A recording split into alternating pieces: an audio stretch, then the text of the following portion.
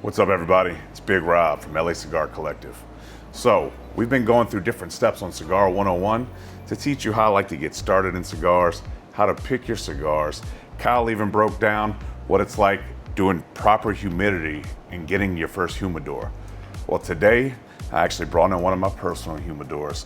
So I'm gonna crack it open and show you about how to start your collection of cigars and what you might wanna put in your personal humidor to fill it just so it's perfect and ready to go for you.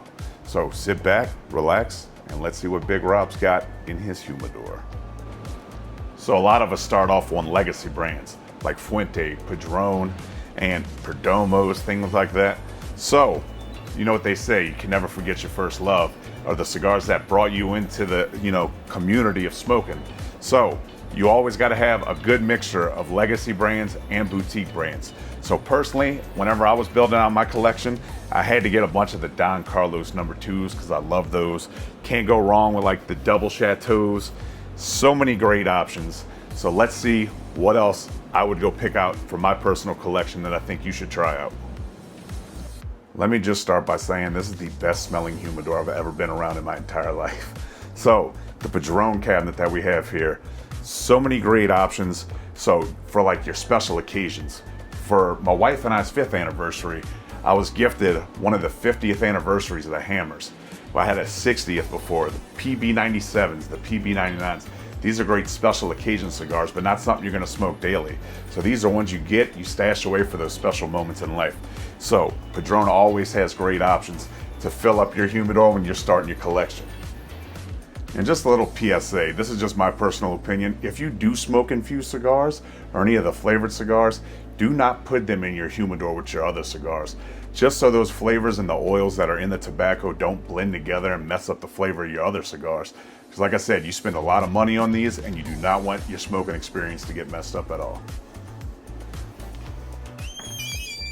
So while we're in the humidor, this is not What's New Wednesday. So we're gonna go through and I'm gonna tell you about some things. So we got all the boutique brands and we got different legacy brands and things. So me personally, as I've said in plenty of videos, I like the dark, rich, and oily cigars. But for you personally, there's so many great options to start your collection. Whether you're new to it, whether you've been smoking for years. If you're new, you could start out with your Connecticut's, things with like lighter flavors, so it's not overpowering your palate. But if you've been in the game a while, you can always get some heavy hitters. There's so many great options when it comes to smoking cigars that you just need to try as many as you can, because the more you try, the more you find out that you'll love different ones and different brands. So I'm gonna go through my personal humidor and we're gonna talk about all the things that I picked for that one particular humidor that I got out there. So let's go see what I got.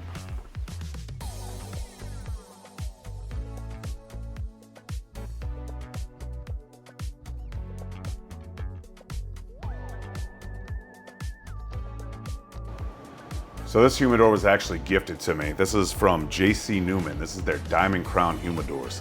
These things are beautiful. They have that great seal that Kyle was talking about in the cigar storage video. And most importantly, first thing that you always want to make sure that you have is your Boveda. I always stick with 69 personally, and I keep that in all of my humidors. So let's dig in, see what all is in here. Like I was saying in the humidor, there's some cigars in here that I just fell in love with and they're not regular production. So, like the Rojas 10th anniversary, when this first came out, I fell in love with. This is perfect with bourbon, the end of the night, great cigar, and I certainly love the Rojas Cinco de Mayo for this year. So you know I had to have a couple of those hidden away, just in case I don't like the blend for next year, or maybe they change it up. So I always make sure I got a couple extras in the humidor ready to go.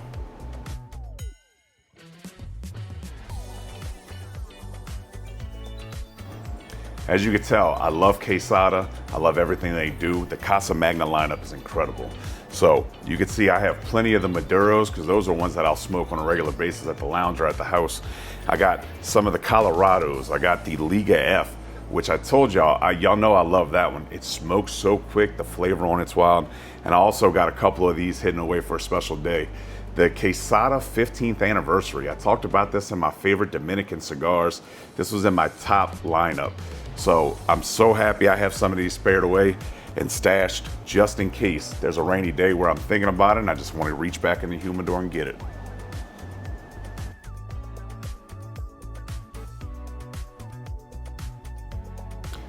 So y'all know I love Crux, so I have to have the Crux lineup in here. It's one of my everyday go-tos, the Bull and Bear. Y'all know this is one of my favorite cigars of all time. So I have the Maduro, the Habano, and the Bull and Bear, always at the ready in case I ever need it when I'm at the house. Y'all already know how I feel about the Sarto from Warped. It was in one of my top Nicaraguan samplers. And I smoke this cigar on a regular basis, so you know I had to have it in my personal humidor at the house, ready to go.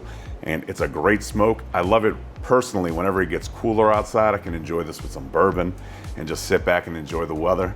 So you know, Warped had to make the list to go into my humidor.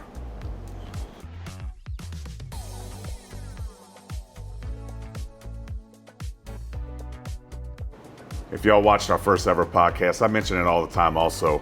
Whenever I first started smoking, the first full box of cigars I ever got was the CAO. It was the Soprano series at the time. So they actually renamed it to the Consigliere series. So this one has like a sentimental place in my heart, so I gotta have a couple of these at any time in the humidor ready to go. So y'all know I had to have the LFD Lennox. I love this cigar. You know, I've got CAO, Rojas, some more Crux, the Olmec Maduro. Y'all know I love that one. Some AGs in there for daytime and nighttime, because that Grand Architect of the Universe will hit you. But the Un Nuevo Rieno, that thing is perfect in the morning with some espresso.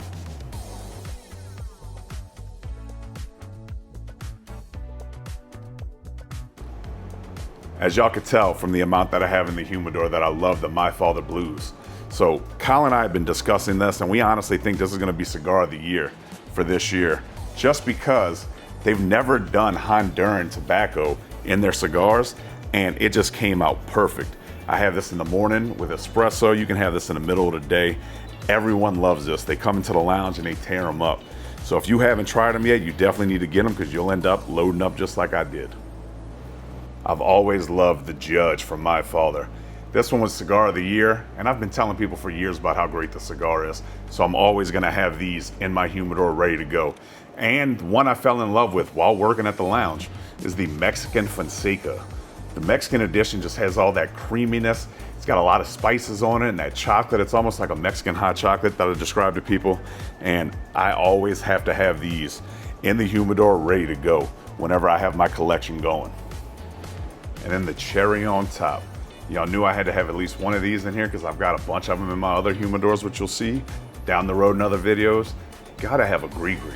If you don't have a gris-gris in your humidor, what are you doing? This one has all those perfect notes. It's got the hay, it's got the barnyard. It develops into like pretzel bread, a little bit of saltiness. This cigar is great. I've broken this down in the tobacconist spotlights. We've talked about it on the podcast. We've talked about it throughout. All the members and everyone loves it. And I cannot wait to let this one sit and age and just see how it develops over time. So the final cigar for the humidor, for this one, the Gris-Gris from LA Cigar Collective. As Kyle talked about in the humidor video, you always got to make sure your Boveda is fresh. So these last for a couple of months, but once they start getting crunchy, it's time to throw it out and get a new one. Don't try to recharge it or do any of that, because you don't want to give a chance of getting mold in your humidor, because you spend a lot of time and money on this. So once you're ready to close it up, make sure your Boveda is in there perfect.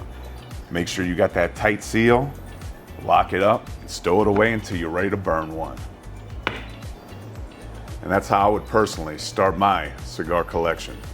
Like I said, this is one of my personal humidors. I've got several at the house, so they all have different themes and different things about them. So this is the one that I don't even have to think about whenever I just want to sit down, smoke an old reliable that I know will be perfect. This is what I'm going to.